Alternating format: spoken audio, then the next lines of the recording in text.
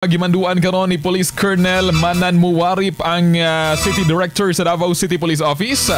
Ang iyahang mga ginsakpan nga magmugna og investigating team nga motutok sa pag-imbestigar aron nga mailhan ang mga individual kinsa responsable nga nagpaluyo kasama nining upat ka mga insidente sa bomb threat sa nagkalain-laing eskwelahan sa syudad sa Davao.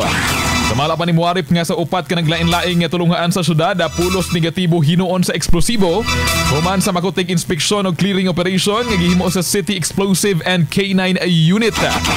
Gipasalig usab ni Muwarip nga sa higayon nga mahibaluan or mailhan ang mga responsable mag-atubang silag tukmang kasong kriminal nga ipasaka batok sa naghimo niini.